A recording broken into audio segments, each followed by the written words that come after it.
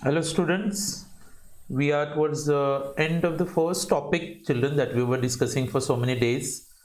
I knew it's been long, but we were studying all the basic concepts which were related to economics, and they are very important if we need to understand the further chapters properly.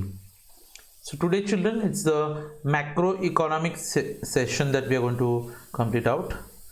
So economics, as we had heard earlier, is divided into two different parts, microeconomics and macroeconomics. Now microeconomics, most of the part we have already studied children. I will just have a look at the definition of macroeconomics and what are the basic concepts of macroeconomics. So macroeconomics ka definition children is given on your screen here. Macroeconomics deals not with individual quantities but with aggregates of these quantities. Macroeconomics बच्चे लोग individual quantities के साथ deal नहीं करता है, वो aggregates के साथ डील करेगा. Aggregates you people are already aware they are the totals, not with individual incomes but with the national income. तो macroeconomics does not talk about what is the individual income of a person, but it would obviously speak what is the national income of a nation or a country, not with individual prices but with general price level.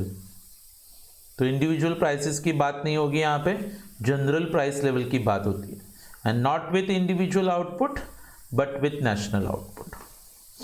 So that's the simplest definition that we can have children. So it deals not with individual quantities but with aggregate quantities, not with individual income but with national income, not with individual prices but with general price level, not with individual output but with national output. So that's the definition given by Kenneth Boulding. Now when we talk about macroeconomics children, there would be many concepts that come across. तो उसमें से कुछ basic concepts मैं बता रहा हूँ आपको आज. Basic concepts of macro economics में सबसे पहला कॉन्सेप्ट आता है children, national income. What is national income? Just like we have the income of a particular person, income of a particular company, corporate firm, in a similar way children we also have the income of the entire nation. और ये national income जो होता है चलो, it's it's an indicator of the performance of the entire nation. It's nothing but the total income of the country. पूरे के पूरे देश का मिलके जो इनकम होता है बच्चों लोग, उसको हम लोग यहाँ पे नेशनल इनकम करके रिफर करते हैं. So in economic sense children, what is national income? It has got a little different meaning. In the economic sense, national income is the aggregate, that is total money value of all the goods and services which are produced in an economy during a year. तो एक साल के अंदर आपके देश के अंदर कितने final goods and services produce किए गए, वो सबके सब फाइनल गुड्स एंड सर्विसेज का टोटल में मॉनेटरी वैल्यू क्या होता है. तो जो वैल्यू आता है बच्चों लोग, that value is refer to as national income बुलाते हैं उसको. So once again I am repeating children, एक साल के अंदर आपके देश में कितने final goods and services produce किए गए, वो सब के सब गुड्स एंड सर्विसेज को उनके प्राइस से मल्टीप्लाई करेंगे तो हमको मिलता है aggregate monetary value of all this final goods and services produced in a country during 1 year is known as national income. तो यहाँ पे और भी एक डेफिनेशन दिया गया है चलो आपके लिए. The definition bye national income committee, a national estimate measures the volume of commodities and services turned out during a given period that is counted without duplication. तो बच्चे लोग given period, अभी when we refer to this point given period, it could be something like children 1 year, basically 1 year होता है जो 1 अप्रैल से लेकर 31 मार्च तक जाता है, राइट. उस टाइम पे कितने commodities और services आपने प्रोड्यूस किए हुए विदाउट डुप्लीकेशन. विदाउट डुप्लीकेशन मतलब चलो कि एक एंट्री हम लोग एक ही बार काउंट करते हैं. जैसे कि अगर आपने एक आध कार का प्राइस कैलकुलेट किया है, अभी वो कार खरीदने के बाद अगर सपोज लाइक किसी ने उसका सेकंड हैंड सेल कर दिया, तो आप उसका वैल्यू वापस से कैलकुलेट नहीं कर सकते हो, नहीं तो फिर उससे डबल काउंटिंग होगा. That is called a duplication. So no duplication. Okay, so that is, so children I am repeating for you. एक साल में आपके देश में कितने गुड्स एंड सर्विसेज प्रोड्यूस किए गए, वो सबका टोटल में मॉनेटरी वैल्यू कितना होता है, उसको बुलाया जाता है national income. Then the second concept that we have, children, here, it's related to savings. Children, every person or a nation, when they earn something, majority of that part of that income is spent on purchase of goods and services. Now that part of the income which is not spent on goods and services is saved, जिसको हम लोग savings करके बुलाते हैं.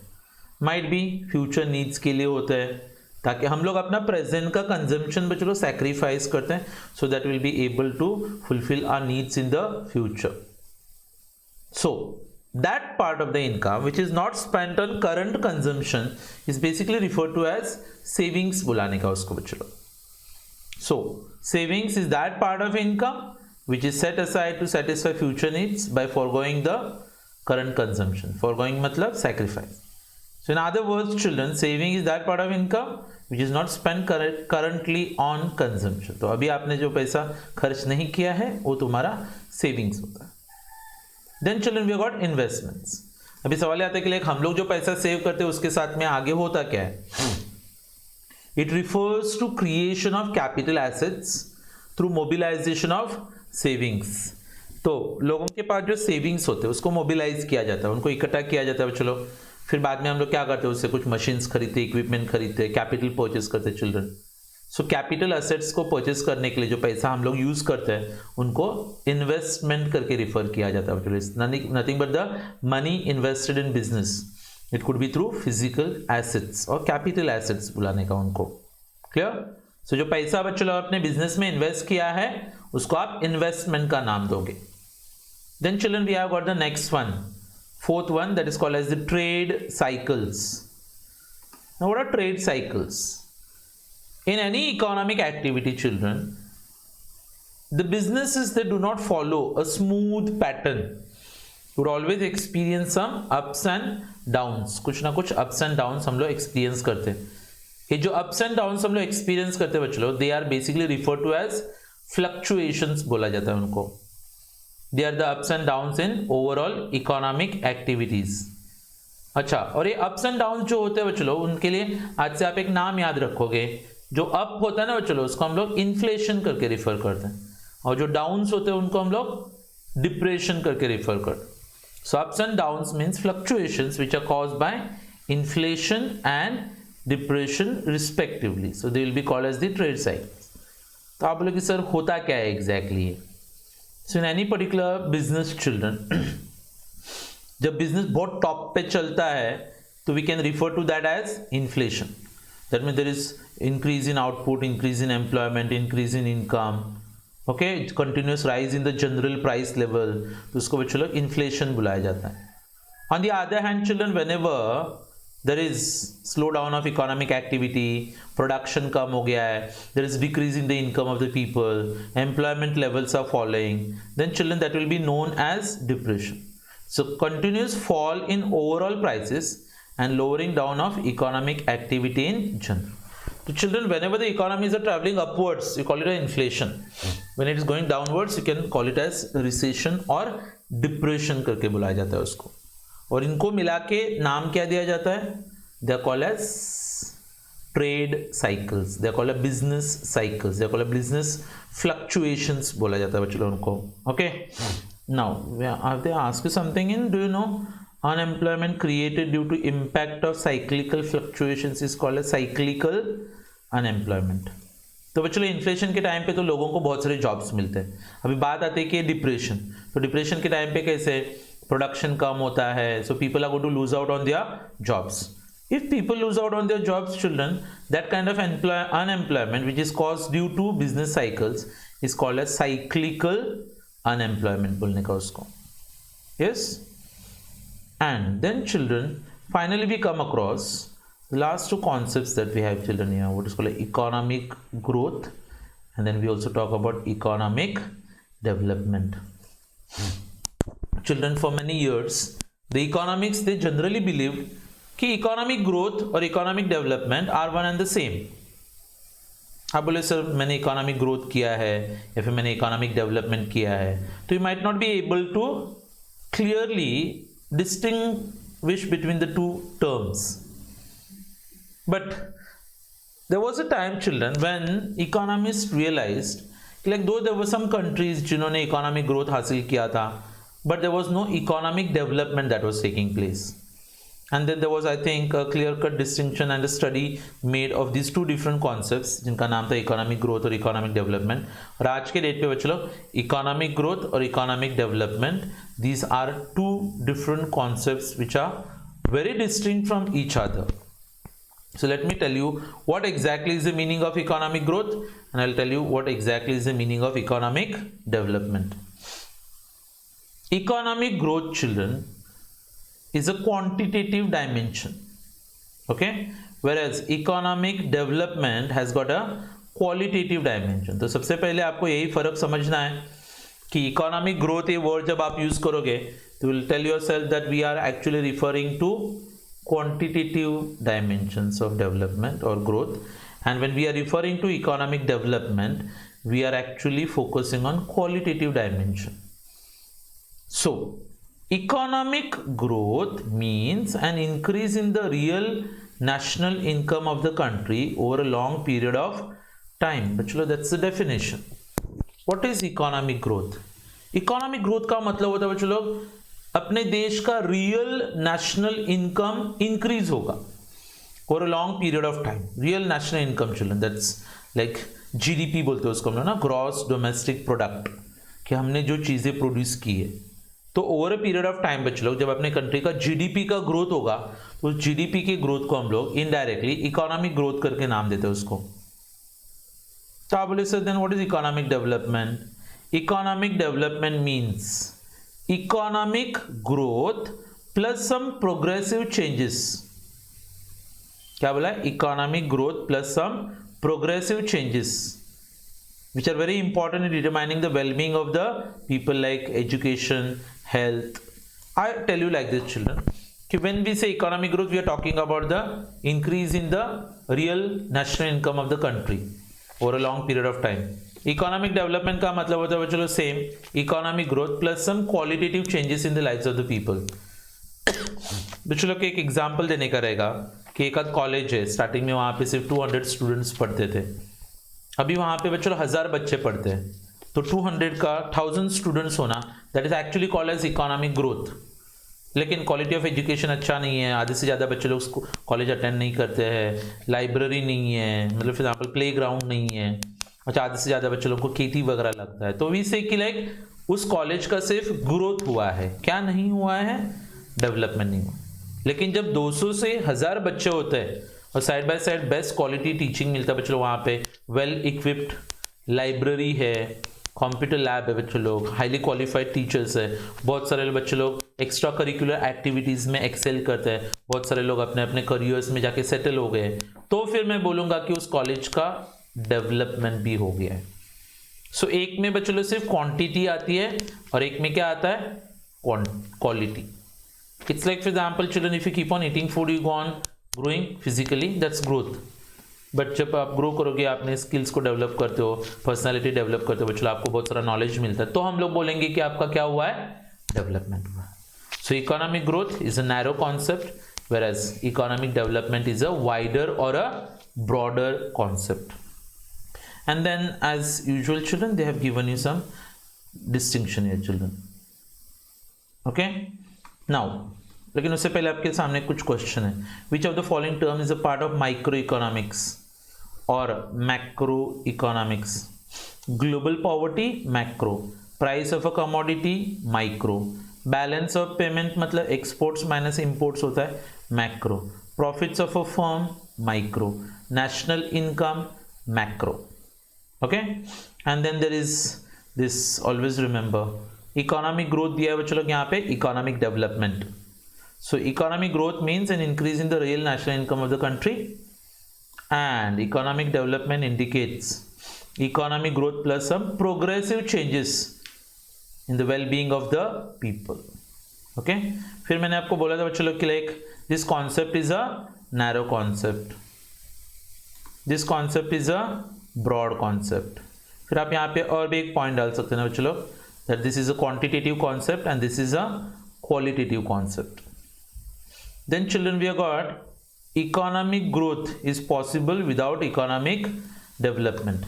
बिना economic development के economic growth possible होता है, क्योंकि ग्रोथ पहले आता है और फिर डेवलपमेंट आता है ना, तो डेवलपमेंट नहीं आया तो भी ग्रोथ आ सकता है. But economic development is not possible without economic growth. Economic development is not possible without economic growth.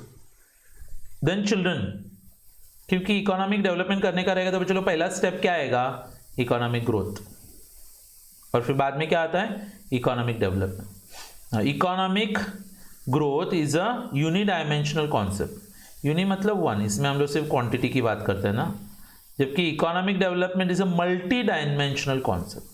इसमें बच्चों बहुत सारे कॉन्सेप्ट्स आते हैं जो हमारे वेलफेयर के बारे में बात करेंगे. Then children, we got economic growth is spontaneous and reversible. मतलब ग्रोथ होता है बच्चों, आपके पास ज़्यादा पैसा आ गया लेकिन फिर ज़्यादा पैसा रिवर्स भी हो सकता है, और स्पॉन्टेनियस ऑटोमेटिक होता है. इकोनॉमिक डेवलपमेंट बच्चों लोग स्पॉन्टेनियस नहीं होता है, डेलिबरेटली करना पड़ता है और इरिवर्सिबल. एक बार आपका डेवलपमेंट हुआ है तो आप वापस से वहाँ से रिटर्न नहीं आ पाओगे. And then children, economic growth is measured in terms of national income and per capita income. तो आपका इनकम कितना है, आपका पर कैपिटा इनकम कितना है, ये बताएगा कि आपका ग्रोथ हुआ है क्या. जबकि economic development children is major in terms of agricultural productivity कितना है आपके देश का, इंडस्ट्रियल प्रोडक्टिविटी क्या है, क्वालिटी ऑफ ह्यूमन लाइफ क्या है, स्टैंडर्ड ऑफ लिविंग क्या एंजॉय करते हैं आपके देश में लोग. And all this things together children they will try to determine कि like what exactly is the level of economic development.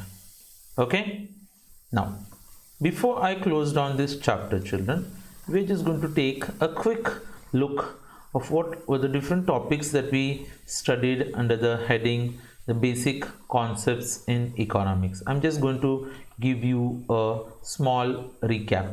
Okay, so children, we started with what is the meaning of economics, right? हमने पढ़ा था बच्चों लोग कि like social sciences क्या होते हैं, फिजिकल साइंसेस क्या होते हैं. अच्छा, then we also saw about that Kautilya's Arthashastra के बारे में पढ़ाया था मैंने आपको. And then I taught you about 3 different definitions of economics children. सबसे पहला किसका डेफिनेशन था, एडम स्मिथ का, जिसने बोला था कि like economics is a science of wealth करके.